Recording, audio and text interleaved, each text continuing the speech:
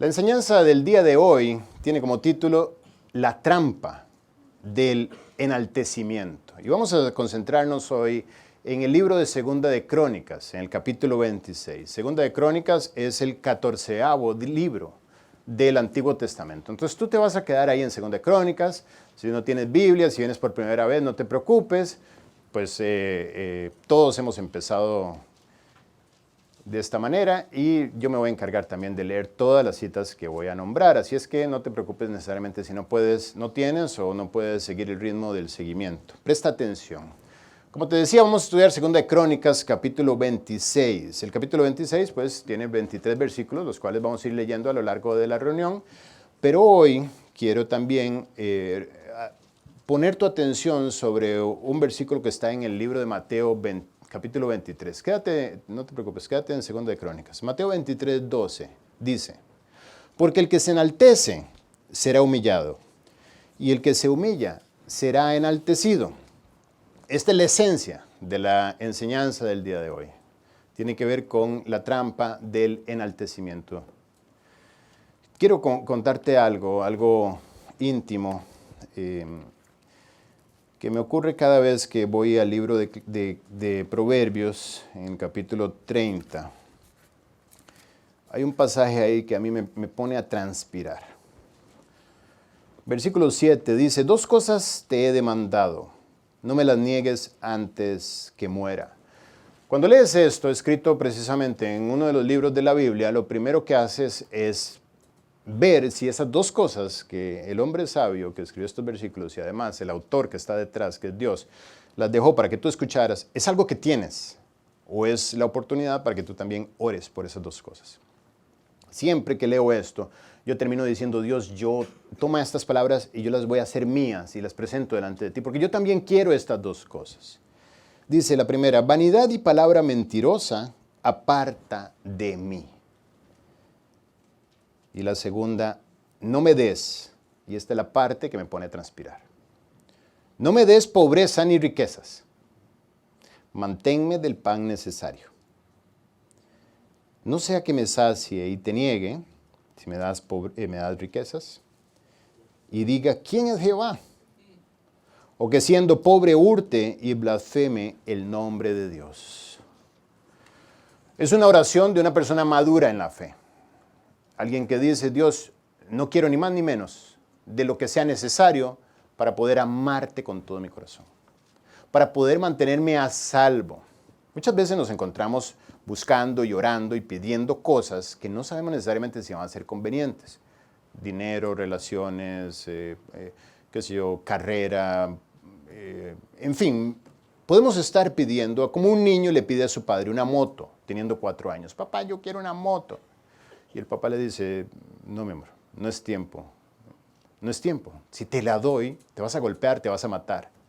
Y no quiero eso. Aunque tú pienses que es la mayor bendición que pueda llegar a tu vida, yo que veo más allá, por eso Dios diseña esta relación como padres e hijos.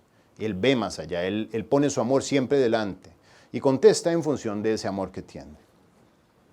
Y hay una característica común en todos los creyentes de la historia, y es el temor a ser eliminado de la carrera cristiana. Eso lo encontramos en todos los héroes de la fe. Todos tuvieron un terrible temor de no correr como debían y de fallar en el camino y de quedar excluidos del proyecto. Yo no creo que exista una estadística que nos dé certeza y nos permita dimensionar este peligro, medirlo. Pero tú y yo sabemos que es más común de lo que quisiéramos. Todos hemos escuchado casos en el mundo y casos cercanos de creyentes que corrían bien y lamentablemente en algún momento pusieron su pie en alguna de las trampas que está a lo largo del camino y los perdimos de la carrera. No fallecieron, siguen por ahí, pero están totalmente anulados en la competencia.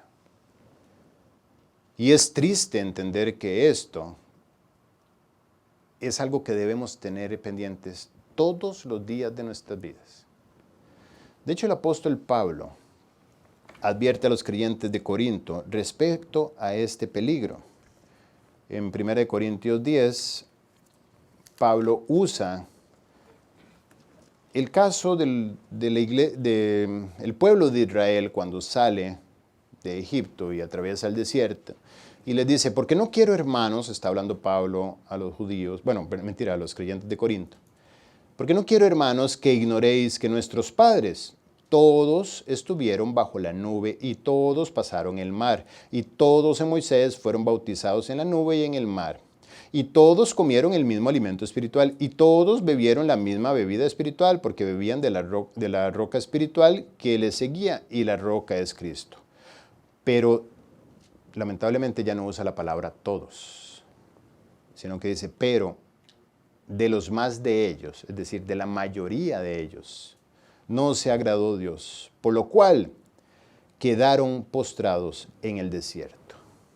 Israel sale de Egipto, pero la Israel que llega a la tierra prometida no es la misma. De hecho, quienes entran de toda esa generación son los niños junto con dos personas, Josué y Caleb.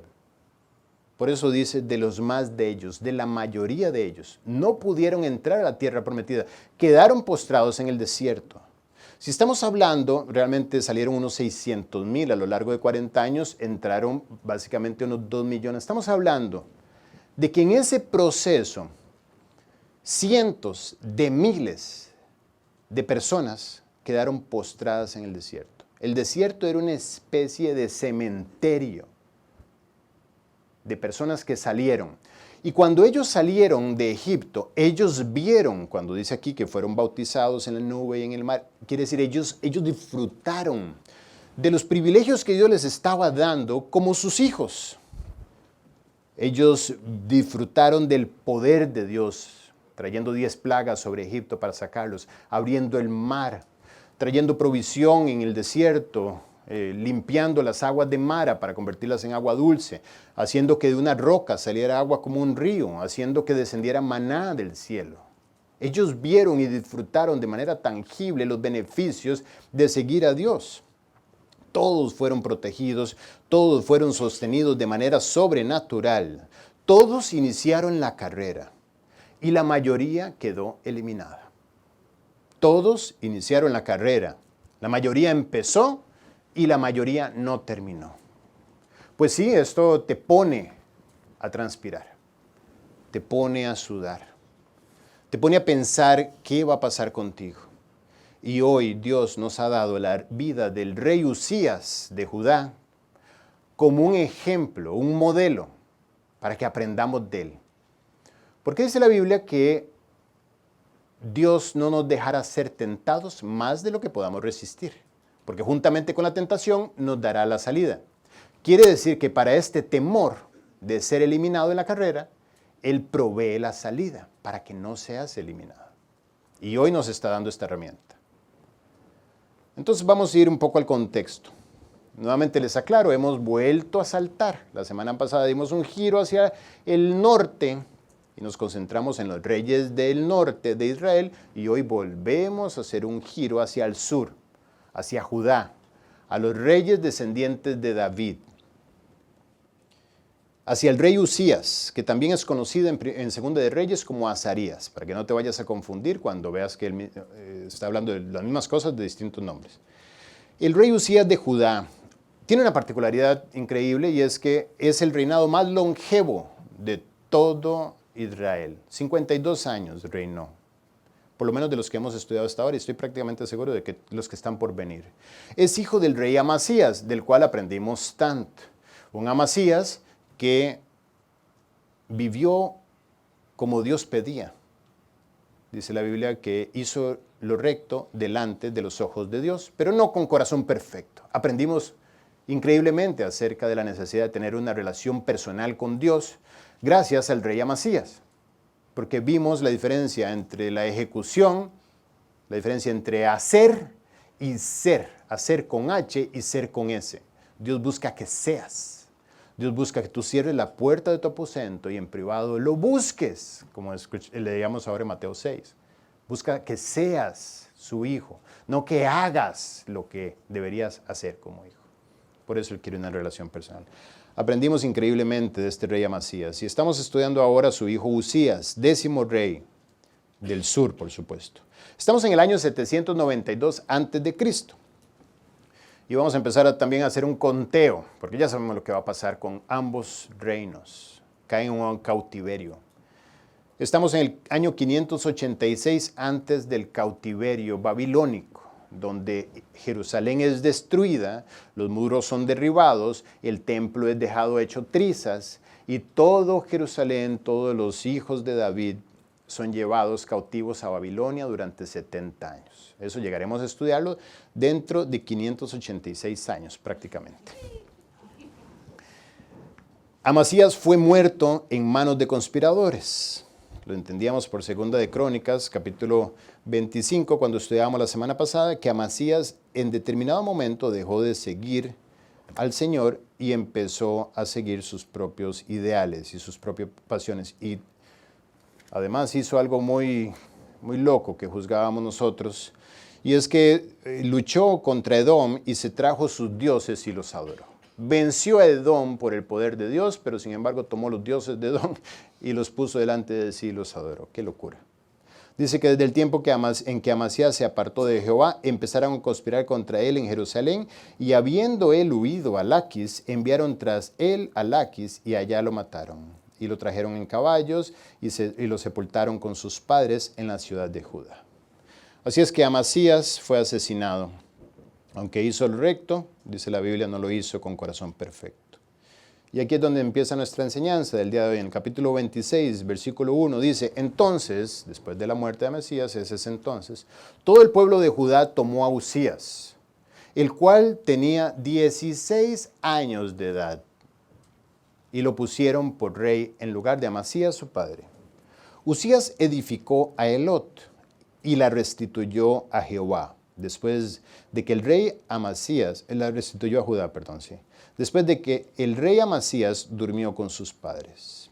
De 16 años era Uzías cuando comenzó a reinar, y 52 años reinó en Jerusalén. El nombre de su madre fue Jecolías de Jerusalén, e hizo lo recto ante los ojos de Jehová, conforme a todas las cosas que había hecho Amasías su padre. Y persistió en buscar a Dios en los días de Zacarías, entendido en visiones de Dios. Y en estos días en que buscó a Jehová, él le prosperó. Bueno, dice la Biblia que hizo lo recto. Dios insiste en hacer de sus ojos algo selectivo en función de su amor. Dice que hizo lo recto, un hombre que sabemos y sabremos más adelante que no terminó haciendo lo recto. Pero por alguna razón Dios pone siempre en el balance el peso de su amor, y esto le permite vernos de manera distinta. Hace unos días hablaba con una persona que está cargando con un tema de su pasado, algo que ocurrió antes de conocer a Jesús. Y le decía yo: olvídate por favor de eso. Isaías 43:25 dice: yo soy el que borro tus rebeliones por amor de mí mismo, y no me acordaré más de tu pecado. Ese es el Dios que tenemos. Él está dispuesto a hacer borrón y cuenta nueva con todos aquellos que le entreguen su corazón. Y pareciera que esto es lo que está haciendo con Amasías. Amasías se trajo los dioses de Edom, y ahora Uzías, vamos a ver el desenlace que tiene su vida, y sin embargo Dios dice: hizo lo recto. El balance general es: hizo lo recto. Ese es el Dios que nosotros tenemos. Él nos ve con el amor, Él nos ve a través de Jesucristo. Llegarás un día a casa, al cielo, y entrarás nervioso en su presencia, y Dios te verá como si tú mismo fueras merecedor de todo lo que en la eternidad te espera. Porque Él ve a Jesús en ti. Él decidió verte y autoengañarse, poner un disfraz de justicia sobre tu vida para poder tratarte de acuerdo, no a lo que tus pecados merecen, sino de acuerdo a lo que la gracia de Dios a través de Jesús te hizo merecedor. Dice que persistió en buscar a Dios. Aquí encontramos los años dorados de Uzías. Y yo honestamente creo que esto es un atributo hermoso que una persona tiene. Alguien me decía estos días: yo estoy orando por mi esposo y estoy pidiéndole a Dios que me dé un hombre que lo ame a Él. A mí me parece que no hay atributo más maravilloso que tú puedas buscar en una persona, que sea alguien que ame a Cristo. Si ama a Cristo, todo lo demás va a estar suplido. Todo lo demás va a estar en buenas manos. Aunque sea un hombre o una mujer en el caso opuesto, que tenga oportunidades. Pero su amor por Cristo lo va a mover todos los días a hacer la entrega de lo que está mal. Quizás sea desordenado. Bueno, su amor por Cristo un día lo confrontará con una enseñanza de la palabra de Dios. Y esa enseñanza lo invitará a través del trabajo del Espíritu Santo a cambiar. Y su amor por Cristo no le dará otra opción más que decir, sí Señor, heme aquí, cámbiame. Y verás a ese hombre de repente dejar atrás su antigua vida, sus antiguas estructuras y ser cambiado. Entonces, ¿qué atributo tan hermoso es el persistir en buscar a Dios? Nunca estarás más en el centro de la voluntad de Dios que cuando estás buscando de Él. Si tienes dudas de qué debes hacer, búscalo. Cierra la puerta de tu habitación, abre la palabra de Dios, toma la actitud correcta, búscalo. Ahí ya automáticamente estás en la voluntad de Él. Y es donde Él tiene la oportunidad de guiarte, de nutrirte, de estabilizarte, de transformarte. Ese es todo el objetivo. Él no quiere los emprendimientos que a través tuyo pueda lograr. Él lo que quiere es tener tu corazón en sus manos. Dame, hijo mío, tu corazón. Y miren mis ojos, miren tus ojos por mis caminos. Eso es toda su voluntad. Si tienes dudas de cuál es la voluntad de Dios para tu vida, es que tú estés a sus pies. Ahora, eso va a terminar decantando como un río en alguna cuenca y eventualmente en algún lago y en algún mar de la vida. Pero no te preocupes por los detalles y las conjeturas que la vida pueda tomar. Ocúpate en tu relación personal con Cristo y Él se va a encargar de todo lo demás. Buscad primeramente el reino de Dios y su justicia y todas las demás cosas serán añadidas. Y este hombre, Usías, estaba buscando del Señor. Era precioso su corazón. Curiosamente dice que lo hizo en los días de Zacarías. Zacarías, no tenemos mayor referencia en la Biblia, no es el Zacarías que habían asesinado, hijo de Joiada, no es Zacarías el del libro de Zacarías, no es Zacarías, por supuesto, el papá de Juan Bautista, no es ninguno de esos Zacarías que la Biblia comenta. Pero era un hombre que amaba a Cristo. Pareciera que es un hombre que Dios puso delante de Usías para guiarlo. Es aquel hombre entendido en la palabra de Dios, que Dios pone al lado de los reyes para guiarlos. Era alguien que añadía claridad sobre la voluntad de Dios. Era alguien al que él podía ir y abrir su corazón y ser guiado, ser instruido en la palabra de Dios. Lamentablemente dice que en los días de Zacarías, entendemos que Zacarías no le fue eterno a Usías, porque hubo un periodo de tiempo donde en ese tiempo Usías buscó de Dios. Además dice que era entendido en visiones Zacarías y en estos días en que buscó a Jehová, él le prosperó. Nuevamente nos da a entender detrás del pasaje, me decía un amigo, cuando leas la Biblia no la leas así. Tú tienes que tomar el versículo y levantarlo y ver lo que hay detrás. Yo quedé igual que ustedes, no entendí nada de lo que me dijo. Pero le he pedido a Dios la gracia para ver lo que está entre las líneas. No para saltar a conclusiones en función de mis emociones, pero sí para poder interpretar correctamente la palabra de Dios y ver qué es lo que el autor de la palabra de Dios tenía como intención al dejar ese pasaje. Él deja la Biblia con un propósito. Cada párrafo tiene un propósito particular para ti. Entonces la pregunta es, Dios, ¿qué me estás diciendo? ¿Qué hay aquí detrás? Entonces dice que Usías en los tiempos de Zacarías buscó a Dios. En los tiempos de Zacarías. Zacarías es aquel que añadía consejo sabio, pero solamente lo pudo hacer durante un tiempo. Y sabes que este es el trabajo del discipulado. Esto es a lo que te sometes cuando Dios te da la gracia para tener un maestro o maestra discipulado. Y tener la increíble oportunidad de que tu vida esté siendo custodiada dentro del modelo que Dios diseñó para que la iglesia funcionara.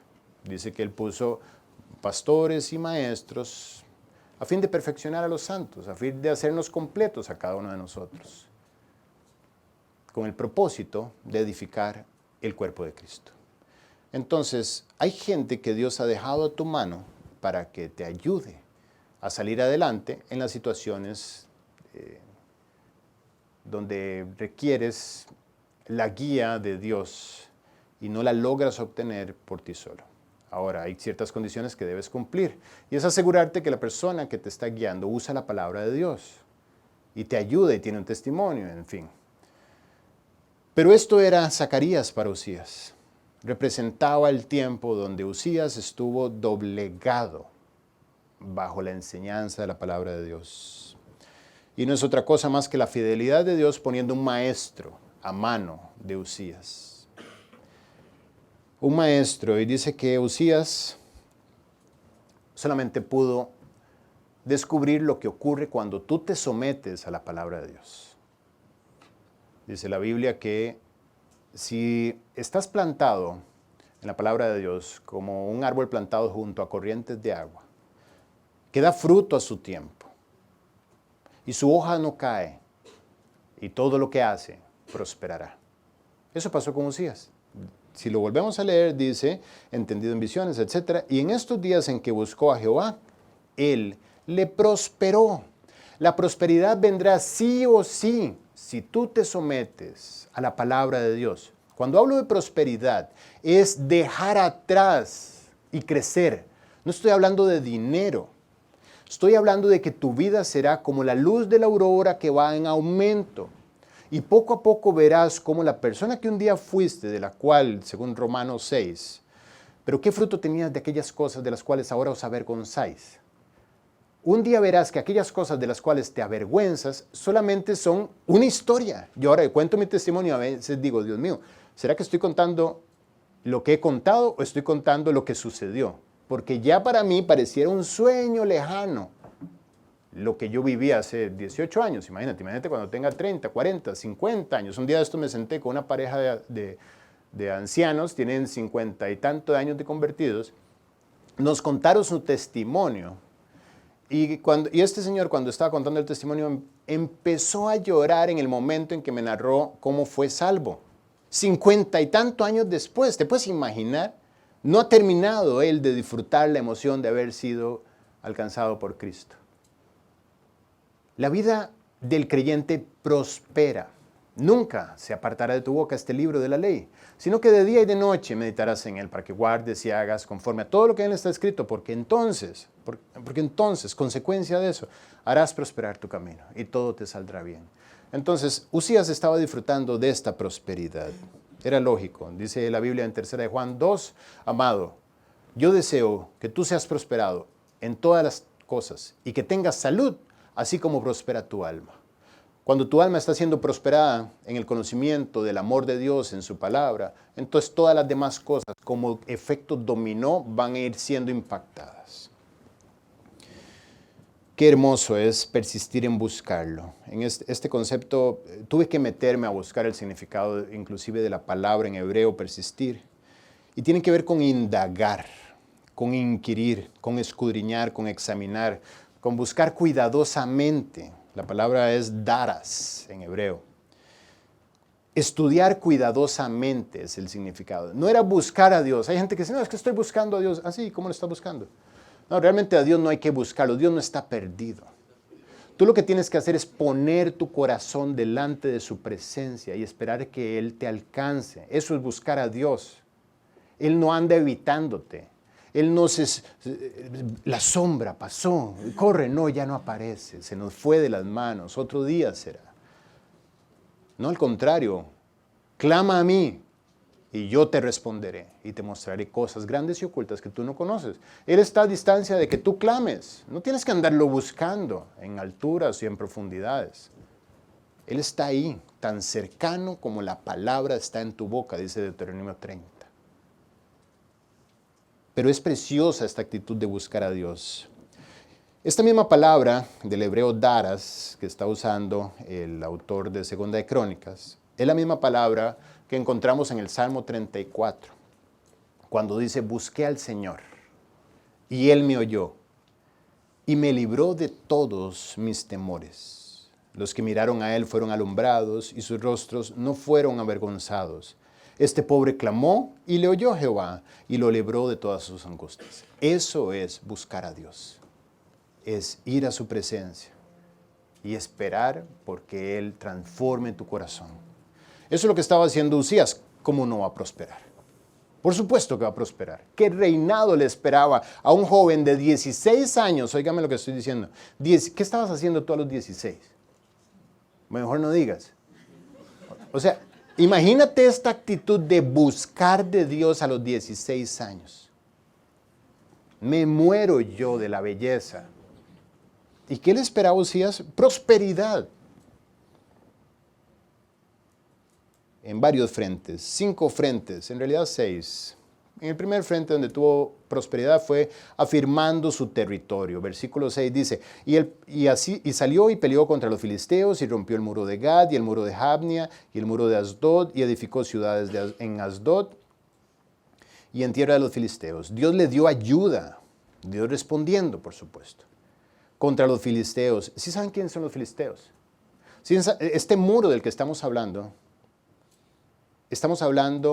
de una línea limítrofe que hay de norte a sur, cercano, desde más o menos el territorio donde está hoy Tel Aviv, hacia la franja abajo con Egipto. Es lo que hoy conocemos como la franja de Gaza. Y los filisteos son los habitantes de ese territorio. Y Dios le dio prosperidad al punto en que no solamente logró vencer la guerra que hoy en día Israel está luchando todavía, sino que botó los muros que separaban esta parte de Israel que toca con la parte de los filisteos, y pudo entrar y edificar y tomar el territorio que de todas formas es territorio israelí. Hoy en día está en duda de quién es ese territorio, por eso le llaman el territorio palestino, error histórico. Porque en Josué 1 Dios delimita de quién es todo ese territorio. Ese territorio es de Israel. Y en ese momento este hombre se para como un héroe celoso de la voluntad de Dios, se ciñe y toma el territorio que les corresponde. Dice la Biblia, y dieron los amonitas presentes a Usías y se divulgó su fama hasta la frontera de Egipto porque se había hecho altamente poderoso. Entonces fue afirmado su territorio. No tenemos un mapa a mano, así es que van a tener que imaginarse. Israel está al este del mar Mediterráneo. En el norte está Siria. En el este está este territorio de Moab, Amón, lo que conocemos hoy en día y lo que se conocía en ese momento también como los árabes. En el oeste está esta parte de los filisteos. Y en el sur abajo está Egipto. Y Dios hace mención que todos ellos se sometieron a Él. Es decir, en todo su entorno 360, Él pudo tener paz y prosperidad en cuanto a afirmar cuál es su propiedad. El segundo punto donde Él tuvo prosperidad fue en seguridad e infraestructura. En el versículo 9 dice, edificó también Usías torres en Jerusalén, junto a la puerta del ángulo, junto a la puerta del valle, junto a las esquinas, y las fortificó. Asimismo edificó torres en el desierto. También tuvo prosperidad en la economía, dice la Biblia ahí mismo en versículo 10, y abrió muchas cisternas, fuentes de agua, porque tuvo muchos ganados. Así en la Cefela, que es un territorio en el centro de Israel, como en las vegas y en las viñas y labranzas, así en los montes como en los llanos fértiles, porque era amigo de la agricultura. Fue prosperado en cuanto a esto. Tuvo además, como cuarto punto, prosperidad militar. En el versículo 11 dice, tuvo también Usías un ejército de guerreros, los cuales salían a la guerra en divisiones, de acuerdo a la lista hecha por mano de Jehiel, escriba, y de Maasías, gobernador, y de Ananías, uno de los jefes de Israel. Todo el número de los jefes de la familia, valientes y esforzados, era 2,600, y bajo la mano de estos estaba el ejército de guerra, de 307,500 guerreros poderosos y fuertes, para ayudar al rey contra los enemigos. Y Usías preparó para todo el ejército escudo, lanzas, yelmos, coseletes, arcos y hondas para tirar piedras. Dios lo prosperó también en cuanto al poderío militar. Y el que más me gusta es el quinto elemento donde fue prosperado. Está en el versículo 15. Innovación y tecnología. Dice el versículo 15, e hizo en Jerusalén máquinas inventadas por ingenieros. ¿Te puedes imaginar esta locura? O sea, tenían tiempo para estudiar, para diseñar catapultas. Muy bien, estaban trabajando en cambiar las cosas. La tecnología estaba con el mismo driver que la tecnología ha tenido toda la historia para crecer, que es la milicia. Pero había personas, había inversión en investigación y desarrollo en este reino. Cuando un país invierte en investigación y desarrollo es porque hay una estabilidad. Y por supuesto, los ingenieros tenían que salir de algún lado. Había inversión en educación. Estaban preparando personas. E hizo en Jerusalén máquinas inventadas por ingenieros para que estuviesen en las torres y en los baluartes para arrojar saetas y grandes piedras. En ese momento la pólvora no estaba. En ese momento, por supuesto, nada de lo que hoy conocemos como parte de la tecnología inalámbrica, este tipo de cosas no estaban. En ese momento ni siquiera había explotado la revolución industrial. Estábamos en medio de la revolución agrícola todavía. Pero sin embargo, hay ciertos avances de automatización. Máquinas que podían tirar saetas, es decir, el antecesor de una ametralladora. No, se ríen, pero la revolución tecnológica no es en blanco y negro. Va de blanco a gris, etc. Y estamos hablando de catapultas para tirar grandes piedras. Yo no me pongo orgulloso por los avances militares, nunca me han parecido que tengan sentido, pero me pongo orgulloso de ver lo que pasa cuando un hombre se somete a la palabra de Dios. Y Dios prospera su intelecto. Hay quienes dicen, no, es que estudiar la Biblia no va a hacer nada bueno por ti. Al contrario, esto abre las capacidades del hombre, la humanidad entera. Quítale la Biblia a una población y verás cómo no hay una revolución, sino hay un regresarse, una involución. Quítale la Biblia durante varias generaciones y encontrarás después del tiempo un grupo de personas incivilizadas, con taparrabo, subiendo con un mecate a las cabañas hechas en los árboles. ¿Por qué? Porque no tienen el intelecto ni siquiera para construir una escalera. Porque todo les fue robado por el pecado. El pecado se roba la capacidad de pensar. Y al contrario, dale la palabra de Dios a una generación y vas a tener un país poderoso como lo fue Estados Unidos en su momento. Hoy lo que estamos viendo es la cola del poder de Estados Unidos, fundado sobre la base de personas que eran creyentes, cristianos, temerosos de Dios y buscando a Dios en cada situación para que Él manifestara su poder a través de ellos. La gracia de Dios estuvo sobre Uzías. Rey a los 16 años, quiere decir que además tenía salud, tenía la vida por delante, tuvo el reinado más longevo, 52 años, quiere decir que 52 más 16 son 68 años de vida, tuvo este hombre siendo prosperado. Tenía a Zacarías a mano, eso es una bendición. Cuando tú tienes un maestro a mano o un pastor, ojalá un pastor que explique bien la palabra de Dios, que se tome su tiempo para permearse de ella y para traerla delante de ti, sin hacer alusión a nadie. Eso es gracia sobre tu vida. ¿Cuántos desearían tener la oportunidad de que al alcance de su mano estén los tesoros que hoy estamos viendo y que estaba viendo Uzías con Zacarías? Eso es gracia. Disfruta de la gracia que Dios te ha dado. No la menosprecies. Lucha por la reunión, lucha por tener un discipulado, lucha por apreciar todos los recursos que Dios está poniendo a tu alcance. Lucha por eso. No lo veas como parte del paquete.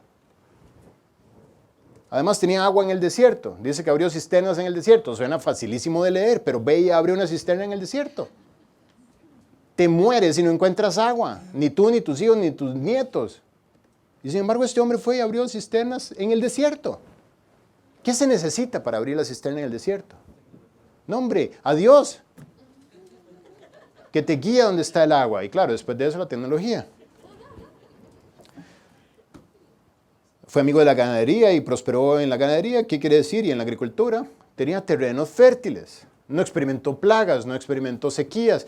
Todo eso es la gracia de Dios detrás de él. Tenía ganado sano. Tenía gente capaz. Vimos la lista de la gente capaz que tenía a mano suyo, con las cuales estructuró todo el ejército. Y tenía victoria militar. En resumen, tenía la gracia de Dios sobre su vida. Y cuando tienes la gracia de Dios, eres responsable de ella. Así es que, número 1, reténla. No vivas inmerecidamente, no te la trates de quitar de encima. De niños nosotros íbamos a tirar piedras a los panales de avispas. Y era como un juego extraño, porque en un momento estás disfrutando y en otro momento estás llorando. Pero el objetivo era quitarse las avispas de encima. Locuras de niño, ¿no? No trates de quitarte la gracia de encima. No vivas inmerecidamente diciéndole, Dios, deja de prosperar mi vida. Dios, deja de darme salud. Dios, deja de darme los medios de gracia que tengo a mano. Dios, empieza a cerrarme las puertas. Dios, deja de poner tu brillo sobre mí. Número 1, reténla. Y número 2, no te confíes. No te confíes.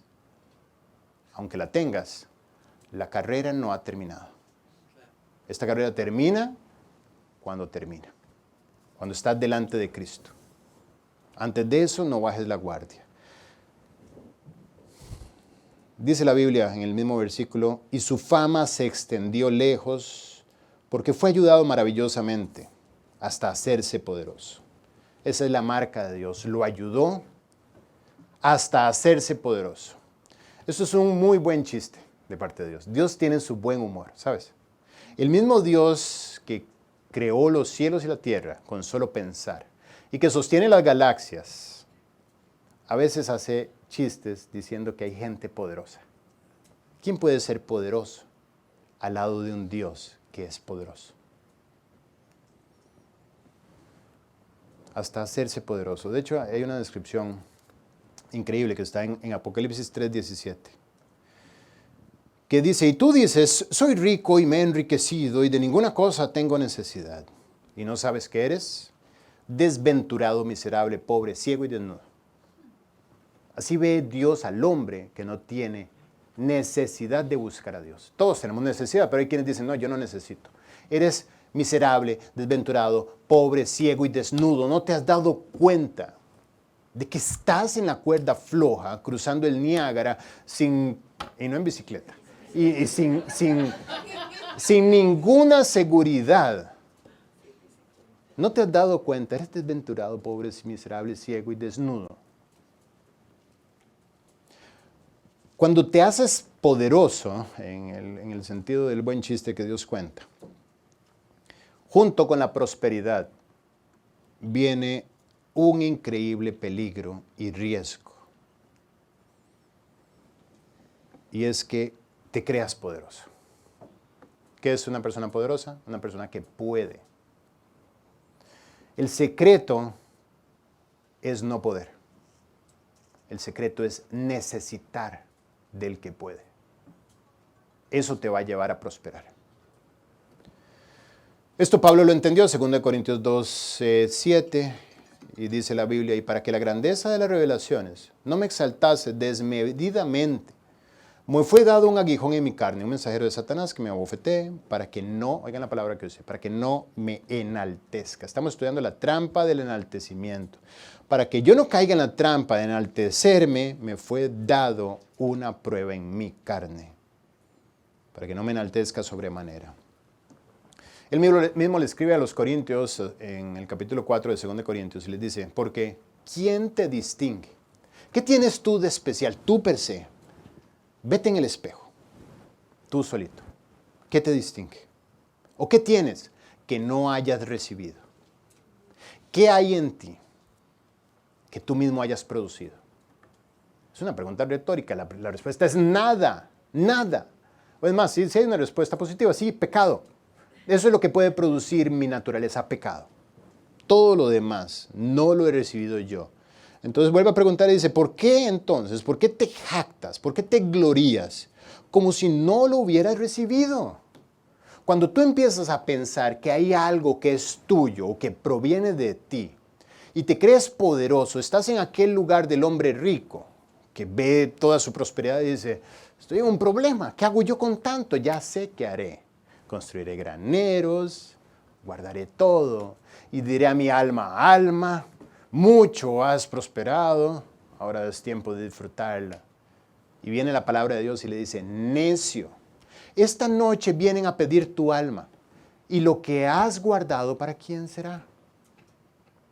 Así de ilógico es creer que tienes algo. Tú no tienes ni el siguiente segundo de vida. Espero que todos lo tengan para que no haya un show acá.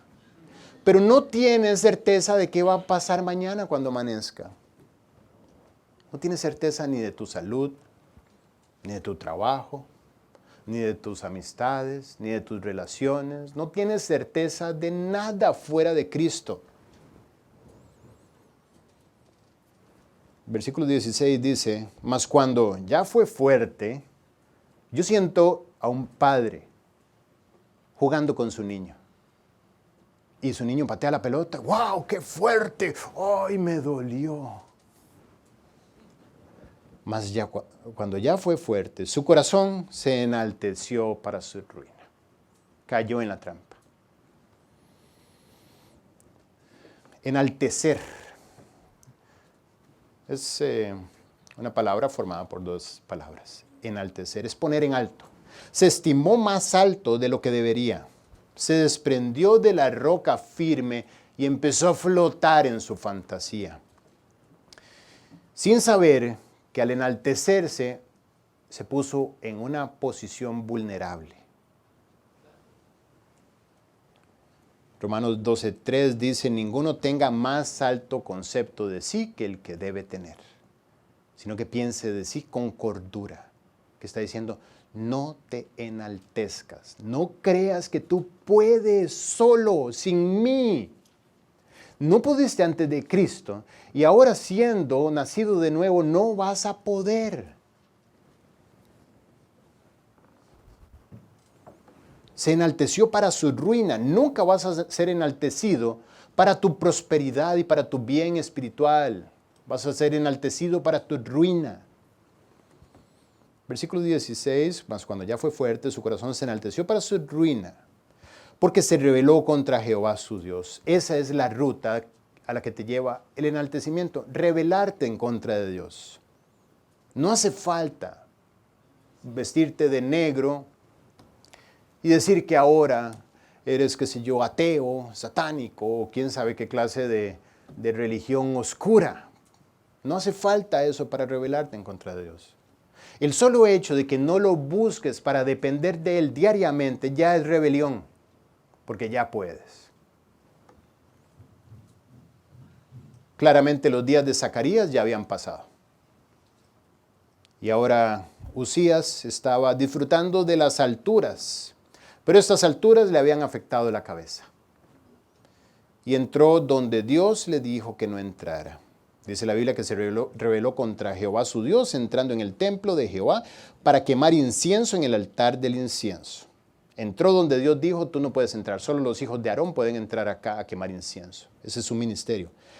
Y él se creyó por encima de la palabra de Dios. Él dijo, yo tengo beneficios particulares, yo estoy más alto, yo estoy enaltecido, yo puedo vivir por encima de lo que Dios dice. Y entrando en el templo se halló fuera de lugar. Ahí lleva la ruta del enaltecimiento, te saca de tu sitio, te lleva a la pérdida de humildad, que es la pérdida de perspectiva. Pierde la perspectiva correcta. La humildad realmente es la que pone un peso sobre tus pies. Como los buzos, cuando quieren descender bastante, se ponen pesos en sus tobillos, etc. Los que practican la apnea y ese tipo de deportes. Bajan con un peso para ir más rápido. ¿Cuál es la razón por la que estamos estudiando esto? ¿Cuál es el peligro de enaltecerse? ¿Qué hay detrás de todo esto? Enaltecerse es básicamente creer que puedo vivir sin Dios. Deuteronomio 8:11. Dios conoce al hombre, Dios conocía a su pueblo. Y les dejo una advertencia preciosa que vamos a leer rápidamente. Quédense donde están, yo lo leo. Presten atención nada más. Deuteronomio 8:11. Dios está trasladando a Israel de Egipto a la tierra prometida. Lo está llevando a la respuesta, a la bendición. Israel ha sido esclavo, ahora Dios lo está llevando a su propia tierra. Estamos estudiando lo que pasó entre Éxodo, Levítico, Números y Deuteronomio. Y Dios ya sabe que van a entrar a la tierra prometida y le dice una advertencia al pueblo. Le dice, cuídate de no olvidarte de Jehová tu Dios, para cumplir sus mandamientos, sus decretos y sus estatutos que yo te ordeno hoy. No suceda que comas y te sacies y edifiques buenas casas en que habites y tus vacas y tus ovejas se aumenten y la plata y el oro se multipliquen y todo lo que tuviese se aumente. Y es lo que estamos leyendo. Y se enorgullezca tu corazón, que no te envanezcas, que no te enaltezcas, no vayas a creer que tú puedes vivir sin mí. Cuídate de no olvidarte de Jehová, empieza diciendo en el párrafo. Y se enorgullezca tu corazón y te olvides de Jehová tu Dios que te sacó de la tierra de Egipto, de casa de servidumbre, que te hizo caminar por un desierto grande y espantoso, lleno de serpientes ardientes y de escorpiones y de sed, donde no había agua y te sacó agua de la roca del Pedernal y que te sustentó con maná en el desierto, comida que tus padres no habían conocido, afligiéndote y probándote para a la postre hacerte bien. Y digas en tu corazón, mi poder y mi fuerza de mi mano me han traído esta riqueza. No te enaltezcas, sino acuérdate de Jehová tu Dios, porque Él te da el poder para hacer las riquezas. Lo que tienes es porque Él te da el poder para hacerlo. Ese es el peligro. Dios nos conoce y Él sabe que el hombre, todo ser humano, toda persona busca a Dios por uno de dos motivos. Uno de dos motivos.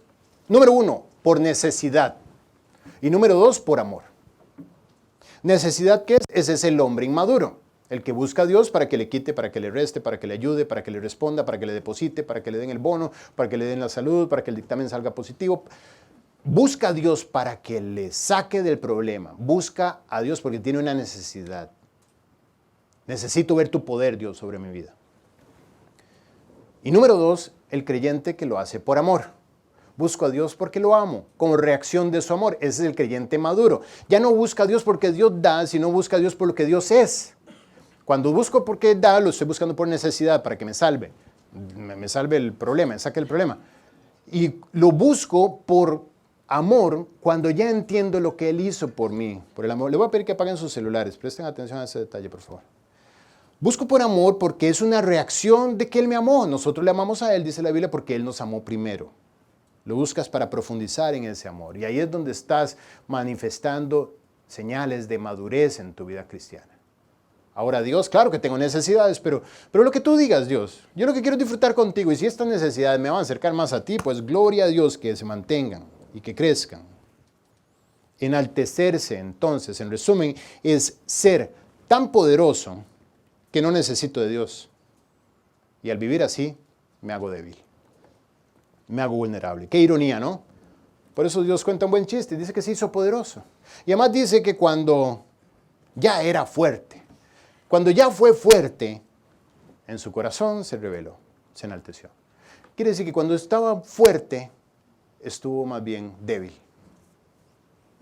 Cuanto más poderoso fue, más vulnerable y débil estuvo. Lo que no es igual a que cuando tienes más necesidades, aunque no lo puedas ver, estás disfrutando de la mayor fuerza que puede haber jamás a tu alcance, porque las necesidades te impulsan a Él. Y entre tanto no llegues a la madurez y a desarrollar la ruta de buscarlo siempre por amor, Dios tiene necesidad de hacer ¿qué en tu vida? Traerte poniendo razones para que lo busques. Pruebas, circunstancias, enfermedades, en fin. Él lo permite porque sabe que de la otra forma tú no vas a venir a Él.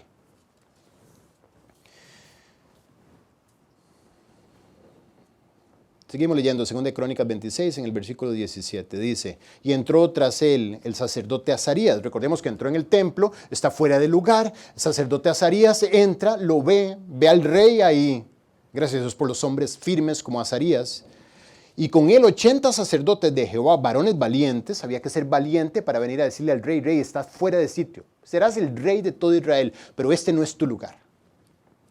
Y se pusieron contra el rey Usías y le dijeron, no te corresponde a ti, oh rey Usías, el quemar incienso a Jehová, sino a los sacerdotes hijos de Aarón que son consagrados para quemarlos. Sal del santuario. Imagínate lo que es decirle al rey eso. Fuera de aquí.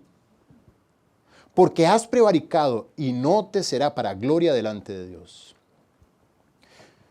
Entonces Usías, teniendo en la mano el incensario para ofrecer incienso, ¿qué hizo? Él pudo haber escuchado la amonestación. Una persona no enaltecida escucha la amonestación y dice, ups, sorry Dios, y sale corriendo. Estoy fuera de lugar. No sabía que estaba fuera de lugar, o sí di ciertos pasos, pero perdón Dios, aquí para este tema. ¿Qué hace el enaltecido? Se llenó de ira. Tú me vas a sacar a mí. Se llenó de ira. El enaltecido, es Salmo 58, hago referencia a él, dice que es como áspid sordo que cierra su oído, que no oye la voz de los que le encantan, por más hábil que el encantador sea. Tiene un veneno y se convierte en peligro, porque ya no escucha. El enaltecimiento le afecta a la cabeza de tal modo que pierde el sentido. De hecho, perdió la cordura. Y lo manifiesta ¿cómo? Con ira, llenándose de ira. Cuando estás con ira, estás fuera de la cordura. El enojo es pecado, ¿sabes? Espero que lo sepas. No lo consientas. No prosperes tratando de usar el enojo como una herramienta. No vas a lograr nada. Solamente vas a destruir relaciones y vas a crecer en la falta de cordura. No lo retengas. No vas a salir adelante con semejante peso, atado como un grillete a tus tobillos. No vayas a tener más alto concepto de sí. Este rey estaba pensando que estaba a nivel Dios. Estaba por encima de la palabra de Dios. Y aquí tenemos ahora sí el corazón de la enseñanza. ¿Cómo se manifiesta el enaltecimiento? Número 1, a través de la soberbia. La soberbia es creer que tengo una posición de superioridad por encima de los demás. Redundante. Es ir delante de Dios a decirle lo que debe hacer. ¿Sí sabes que cuando Jesús fue tentado en el desierto, una de las tentaciones, Satanás le dice, bueno, pero el mismo Salmo 91 dice que a sus ángeles pondrá cerca de ti y no te dejará ser tropezado. Entonces, úsalo. Esa fue la tentación. Le está diciendo, toma la palabra de Dios y dale una orden a Dios. Dile lo que debe hacer. Y Jesús le dice, también escrito está, no tentarás al Señor tu Dios. Yo sé que está escrito lo otro, pero no lo voy a usar para hacer mi voluntad. La soberbia produce que yo le diga a Dios para cuándo, para cómo, y si no me responde de esa manera, entonces me enojo, tengo mala actitud. Dice la Biblia, antes del quebrantamiento de la soberbia y antes de la caída, la altivez de espíritu. Altivez de espíritu es enaltecimiento. Antes de caer, estás enaltecido. Si sabes, antes de caer, fíjate. ¿Cómo sé yo que voy a caer? Porque estoy enaltecido. Es una ley. Número 2, y le pido a Dios la gracia para poder explicarlo bien. Número 2, exceso de libertad. En la palabra de Dios hay mucha claridad con respecto a los nos. No mentirás, no matarás. ¿Qué sé yo? La inmoralidad, la idolatría, son nos claros. Y hay mucha claridad con respecto a los sís. Por ejemplo, perdonar, ser misericordioso, compasivo, hospedador, en fin. Hay muchos sís claros. Y en medio hay muchos grises. Grises en que la iglesia se debate.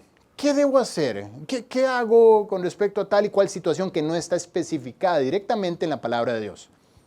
En fin, por ejemplo, ¿puedo tomar vino? ¿Puedo vestir de cierta forma? ¿Puedo dejarme el pelo? ¿Me puedo poner un tatuaje?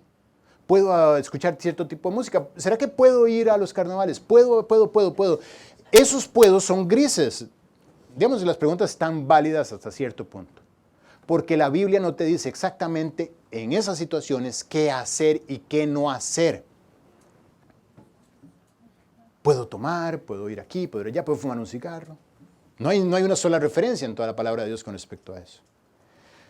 Pero Dios te deja saber que tú fuiste libre Sed libre con la libertad con la que Cristo nos hizo libres. Eres libre para disfrutar de todo lo que esté delante de ti.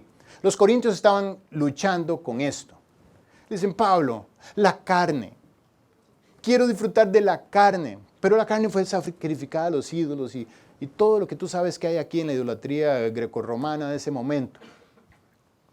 Pero yo soy creyente, yo reconozco que no hay ídolos, no hay dioses, solamente Jesús, puedo disfrutar mi carne. Y Pablo les da una enseñanza magistral. De todo lo que ponga enfrente, comed, sin considerar nada por motivos de conciencia. Tomar ese versículo ahí sería truncar la palabra y la intención del autor. Él está introduciendo la enseñanza y les dice, pero si a causa de la conciencia de tu hermano, el comer carne lo tropieza y lo afecta, no comeré carne nunca, ni tomaré vino, ni haré nada que pueda afectar la relación y el corazón de tu hermano con respecto a su comunión con Dios. ¿Qué está diciendo? Yo soy libre para comerme las carnes que quiera, para tomarme el vino que quiera, para hacer lo que quiera, ponerme los tatuajes que quiera, actualizándolo, digamos, a la fecha actual, para vestirme como yo quiera. Soy libre en Cristo. Pero sin embargo, la libertad en Cristo le pongo un límite, que es el amor. Si tu libertad no tiene límite, te voy a decir algo, no eres libre. Estás disfrutando de un libertinaje que te conduce a la esclavitud de tu carne. Este concepto está en 1 Pedro 2:16. Pedro les dice, como libres, pero no como los que tienen libertad como pretexto para hacer lo malo, sino como siervos de Dios. Usa tu libertad para servir a Dios. En la traducción del King James, me encanta cómo lo pone. Cuando dice, no como pretexto para hacer lo malo, dice, no como manto de maldad. Uso mi libertad para hacer lo malo. Y ahí estoy enaltecido. No solamente, sino que estoy en un alto riesgo. Mi libertad tiene que estar regulada por dos cosas. Primero, el amor. Y Pablo sigue 1 Corintios 8, 1 Corintios 9, 1 Corintios 10, hablando del mismo tema. Y él dice, yo siendo libre de todos ustedes, me hice esclavo.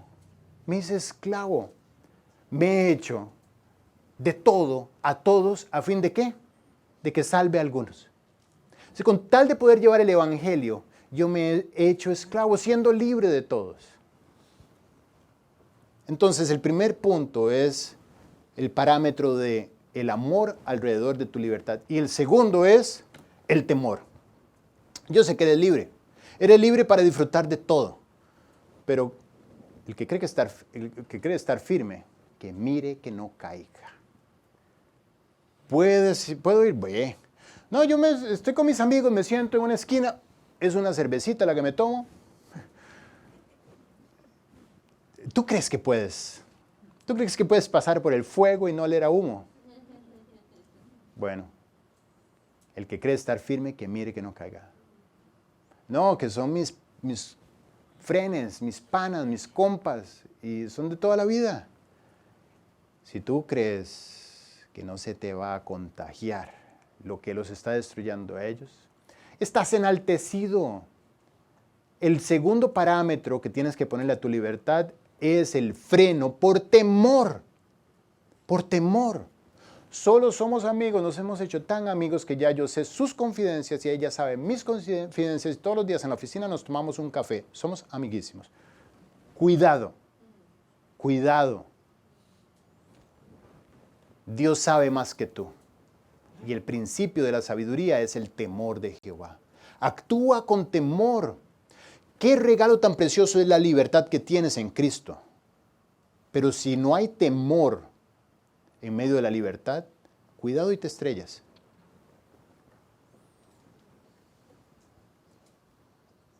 Pablo le dice a los Gálatas en el capítulo 5, en el 1 les dice, estad firmes en la libertad con que Cristo nos hizo libres.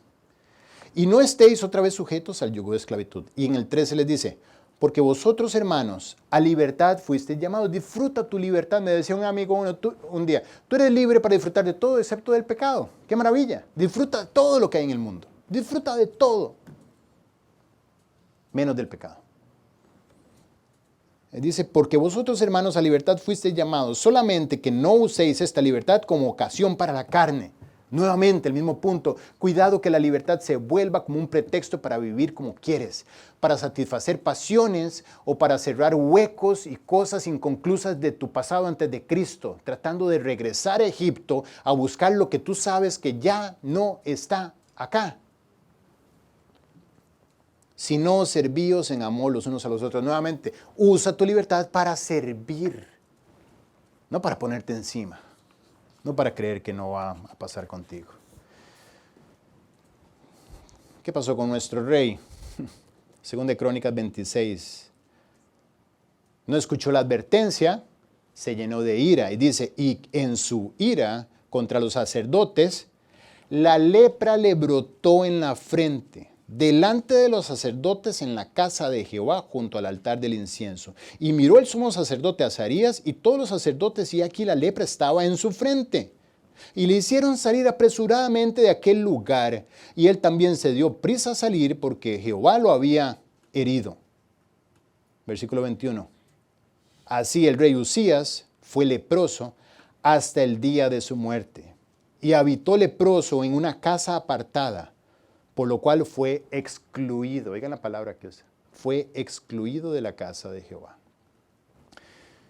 Usías se enalteció y fue eliminado de la carrera. Su proyecto se acabó.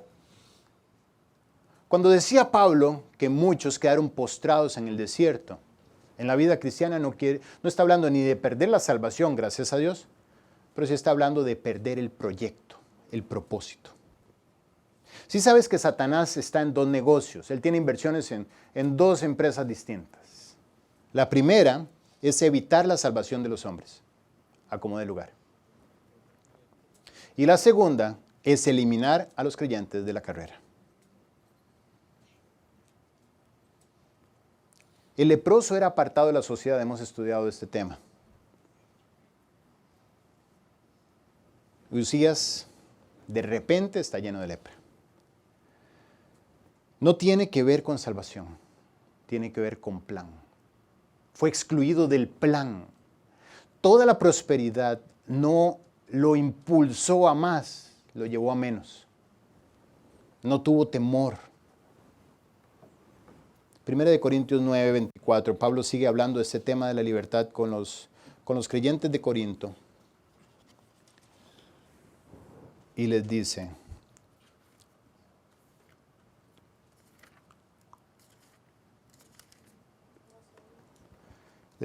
¿no sabéis que los que corren en el estadio, todos a la verdad corren? El territorio de Corinto era muy particular y sobre todo en este tiempo de la historia. Ahí se celebraban los Juegos Istmicos, que eran una especie de Juegos Olímpicos, inclusive clasificatorios a los Juegos Olímpicos.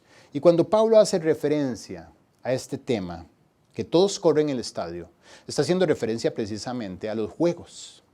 Si sabes que para ser clasificado a estos Juegos, todos los atletas que participaban de estos Juegos tenían que demostrar 10 meses de entrenamiento exactamente a la altura de lo que le pedían. Y un mes adicional estar en sitio, siendo sometido a todas las pruebas para poder llegar ahora sí a ser candidato a participar. Entonces eran personas verdaderamente preparadas. Y todos ellos competían y luchaban. Dice la Biblia, todos a la verdad corren, pero uno solo se lleva el premio. Corred de tal manera que lo obtengáis. Todo aquel que lucha, de todo se abstiene. Ellos a la verdad para recibir una corona corruptible, pero nosotros una incorruptible. Usa como buen maestro que era el ejemplo. Todos entienden lo que está hablando porque como buenos hombres estaban todos metidos con el tema de los deportes y además eran sede de los juegos. Y ellos saben que tener esta corona, que él le llama corona corruptible, era la máxima honra que un ser humano podía tener. Era similar a obtener el reconocimiento de un dios del Olimpo en las Olimpiadas. Y esa corona no había realmente oro, plata y bronce, había una sola posición. No había un segundo y tercer lugar. Era el ganador, nada más. Y el ganador recibía una corona corruptible, tan corruptible que era de pino, de ramas de pino, que eso se ponía sobre ellos, no le duraba, me imagino, ni 4 ni 5 días, hasta que ya la corona corruptible se corrompía y se podría y se acababa.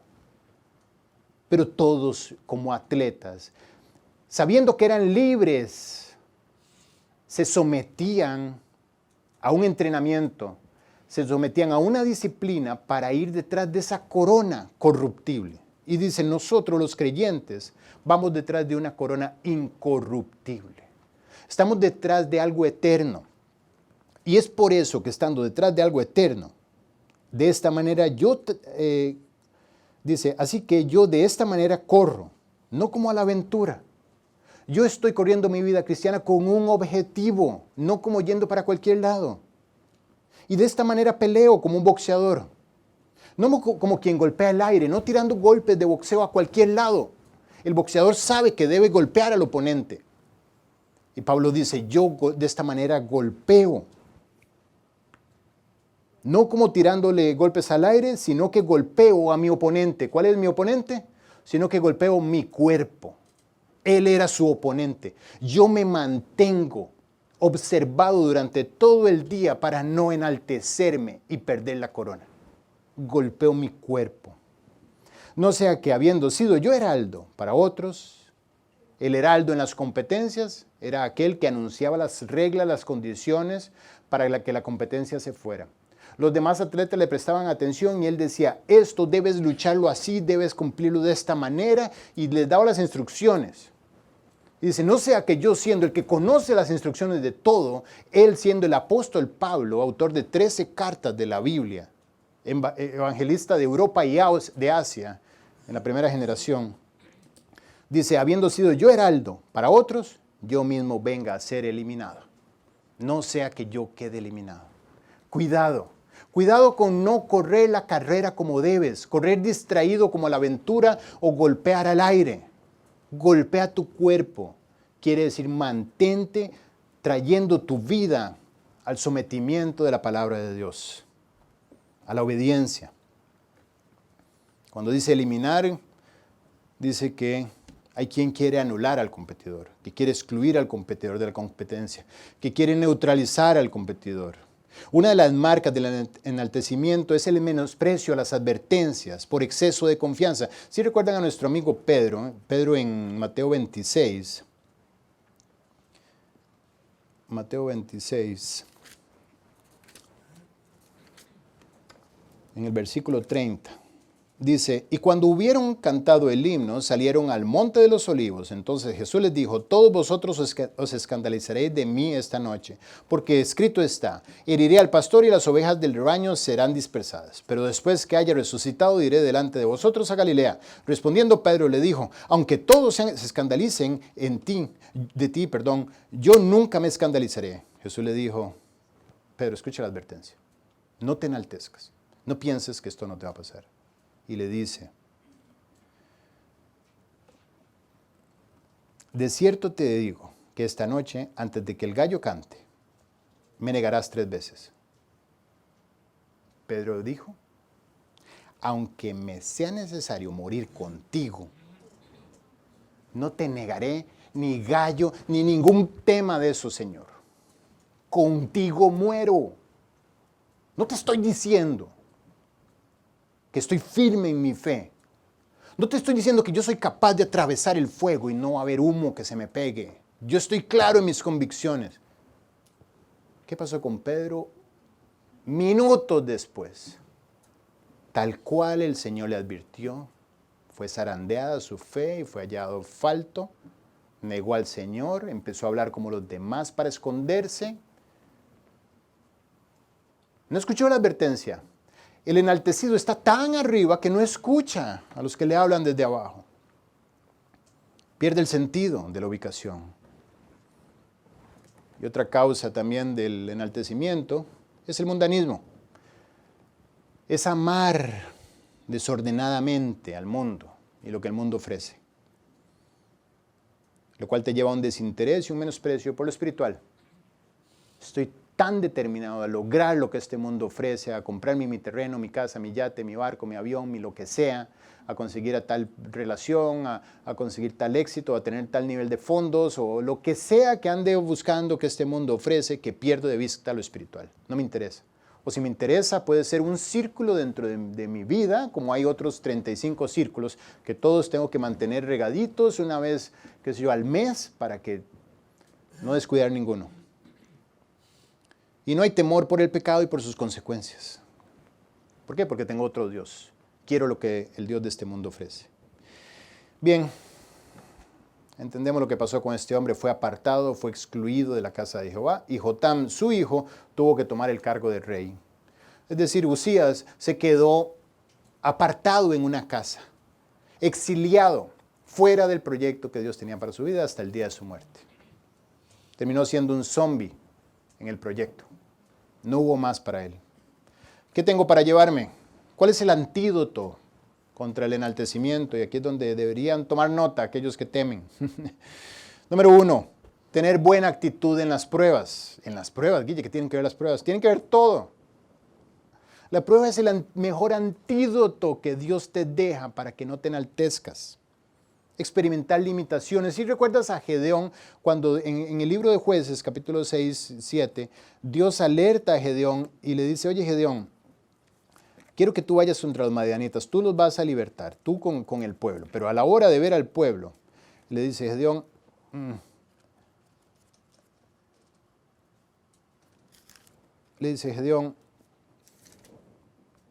el pueblo que está contigo es mucho, para que yo entregue a los madianitas en su mano.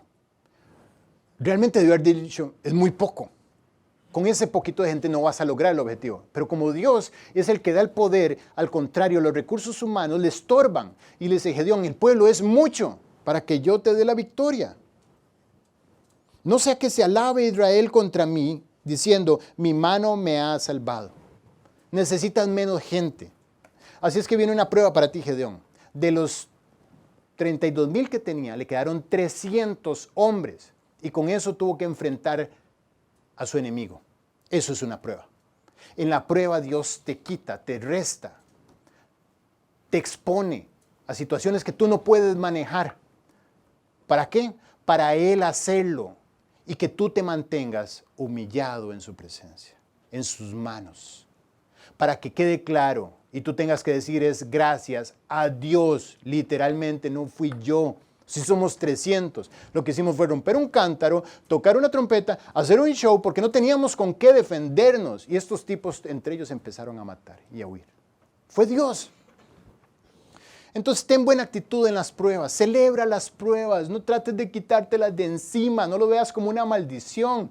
Es el antídoto que Dios te da para mantenerte en tu sitio donde estás seguro. Cuando soy débil, entonces soy fuerte, dijo Pablo. Porque en mi debilidad el glorioso Espíritu de Dios reposa sobre mí. No quiero mi suficiencia. Segundo, sirve a tu prójimo. No hay nada más hermoso que poder humillarte para servir. Mateo 23:11. Jesús habla con sus discípulos que estaban llenos de sí mismos y estaban compitiendo a ver cuál tendría el mejor lugar en el cielo. Y Jesús les dice en el versículo 11, el que es mayor de vosotros, sea vuestro siervo, porque el que se enaltece será humillado, y el que se humilla será enaltecido. Así es que humíllate tú, para que no tenga que humillarte Dios. Ponte al servicio de los demás. Usa tus dones. Los dones que Dios te dio, ponlos al servicio de tu prójimo en la iglesia. Sirve. La forma más hermosa de servir es también la más fácil. ¿Sabes cuál es? Orar. Ora por las necesidades de cada uno. Intercede por la necesidad de tus hermanos. Ora porque tengamos un salón para reunirnos. Ora por los problemas de salud, económicos, de trabajo, etcétera, que los demás comenten. Llama a algunos y dile, mira, ¿hay alguna cosa que tú quieras que yo te ayude empujando en el trono de Dios? Si sabes que mientras más años de vida tengas, más tiempo empiezas a tener libre. Y ahí es donde más ocupado puedes estar de este precioso ministerio de oración, donde más efectivo vas a ser. Sirve. Número 3, Ten misericordia con los errores de tu prójimo. Juicio sin misericordia vendrá sobre todo aquel que no hiciere misericordia, porque la misericordia triunfa sobre el juicio. Así es que si quieres que Dios derrame toda su misericordia tal cual la tiene preparada, sé misericordioso. Cuando veas a un creyente caer, fallar, ir en la ruta opuesta, sé misericordioso, no para juzgarlo, sino para ir a la presencia de Dios, a orar por él, ver cómo haces para ayudarlo, ver cómo haces para traer a su vida la luz, la verdad y lo ayudas a despertar. Sé misericordioso. No juzgues la paja del ojo ajeno, sino mira la propia viga que tienes en tu ojo, para que puedas ayudar a tu hermano para quitar la paja. Ese es el objetivo de ser misericordioso. Número 4, limita tu libertad en Cristo. Limítala, pon el amor como tope de tu libertad. Eres libre para hacer lo que quieras, pero el amor te mantendrá a salvo dentro de esa libertad. Y cuídate, ten temor de tu propia libertad. No vas a perder la salvación. Quieras o no, si ya has nacido de nuevo, vas para el cielo. ¿Te guste o no? Vas para el cielo. Pero no vayas a ser desechado del proyecto que Dios tiene para ti en esta tierra. Y número 5 y último, sométete a seguir a Cristo. Lee su palabra, memorízala, estúdiala, discipúlate. No hay nada más bueno que tener una autoridad espiritual sobre tu cabeza. Alguien que le preocupa tu vida. Alguien que te llama y te dice, mira, esto estuvo mal, ten cuidado, corrige, arregla. No hay nada más sano que estar siendo custodiado por alguien que le dará cuentas a Dios por tu alma. Ten una autoridad espiritual sobre tu cabeza. Caminar en la indiferencia llevará sin lugar a dudas a que caigas en humillación. Pero no hay mayor humillación que la que le espera a aquellos que le dan la espalda a la cruz de Cristo. No hay nadie más enaltecido que aquel que cree que puede morir sin haberse sometido al conocimiento de Jesucristo. Aquel que escuchó la advertencia de la necesidad que tiene de nacer de nuevo.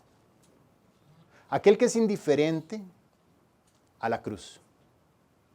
No hay estado mayor de enaltecimiento que creer que tú puedes ir adelante en tu vida sin que Jesucristo sea tu Señor y Salvador. Hay un caso de 2 hombres que dice la Biblia que suben al templo a orar. Uno era fariseo y el otro publicano. Y el fariseo puesto en pie oraba consigo mismo de esta manera: Dios, te doy gracias porque no soy como los otros hombres, es decir, estaba lleno de soberbia, ladrones, injustos, adúlteros, ni aun como este publicano. No había en él nada de misericordia, ni tenía deseos en ninguna forma de ponerse y ser compasivo y empático con las necesidades de los demás. Ayuno 2 veces a la semana, doy diezmos de todo lo que gano, etc. Mas el publicano, estando lejos, no quería ni aun alzar los ojos al cielo, sino que se golpeaba el pecho diciendo: Dios, sé propicio a mí, pecador. Y toma Jesús la palabra y dice: os digo que éste descendió a su casa justificado antes que el otro. El publicano regresó a su casa con la justificación de Dios, siendo salvo. El otro no. Porque cualquiera que se enaltece será humillado, y el que se humilla será enaltecido. La única forma de que puedas ir a la presencia de Dios es humillándote. Así como Él se humilló por ti. Y Él te dio salvación, pagando todos tus pecados en la cruz. Así tú tienes que humillarte y reconocer que eres un pecador. Y que sin Cristo tus pecados te pondrán directamente en el infierno, donde debes pagarlo. Si tú no te humillas a esta manera, a este nivel de reconocer que separado de Él no puedes hacer nada por ti mismo, entonces Él tendrá que humillar en el lugar donde van aquellos que no conocen a Cristo, que es el infierno. Si no aceptas esto, estás perdido para siempre. Y si lo aceptas, serás enaltecido en el cielo para siempre. ¿Cómo puedes aceptar que Jesucristo hizo lo que hizo por ti? Yo durante 28 años entendí lo que Él hizo para todo el mundo, pero nunca lo acepté para mí.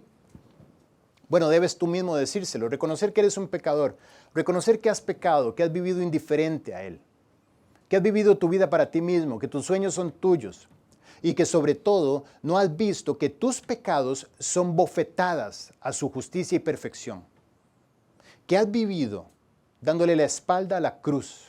Sabes que históricamente ocurrió, pero eso no tiene ninguna repercusión práctica en tu vida. Al punto en que vives envuelto en temores, tienes temor de la muerte precisamente porque tu conciencia te dice lo que te espera después de la muerte. Así es que si quieres humillarte delante de la presencia de Dios para decirle te necesito, necesito tu salvación, este es el momento. Hazlo pidiéndoselo tú mismo. Vamos a cerrar todos nuestros ojos y vamos a orar. Y yo te voy a guiar a ti que quieres ir a la presencia de Dios en este momento, a pedirle perdón por tus pecados. No hay otra ruta al Padre. La única es Jesucristo. Él quitó tus pecados y los pagó en la cruz. Él dijo, yo soy el camino, la verdad y la vida, nadie viene al Padre sino por mí. Así es que en este momento, a través de esta oración, tú vas a ir al Padre, reconociendo que Jesucristo limpió tus pecados. Y para eso tienes que pedirle perdón. Así es que ven, ora conmigo y repite estas palabras. Dios, soy un pecador y quiero humillarme delante de ti. Reconozco que hasta este momento te había escuchado de oídas, pero no te conozco. No estás morando en mi corazón. No tengo certeza de tener una relación contigo y estoy separado de ti. Y la marca es que no puedo dejar los pecados que tú sabes que me tienen hundido. Así es que a partir de este momento ya no quiero vivir más de forma soberbia ni enaltecido delante de ti, sino que quiero humillarme y pedirte perdón por todos mis pecados y reconocer que tú en la cruz tomaste mi lugar. Tú siendo Dios, te humillaste para pagar por mí. Ahora te ruego, Dios, que hagas efectivo ese perdón sobre mi vida y laves todos mis pecados. Y que entres en mi corazón porque sé que resucitaste y que hoy estás vivo y estás en este lugar y estás tocando la puerta de mi corazón. Te abro y te pido que entres. Gracias porque sé que me has escuchado. Y ahora te ruego que me uses de hoy en adelante para que otros también te puedan conocer. A partir de este momento, eres mi Señor y mi Salvador. Y todo esto te lo he pedido en el nombre de Jesús. Amén.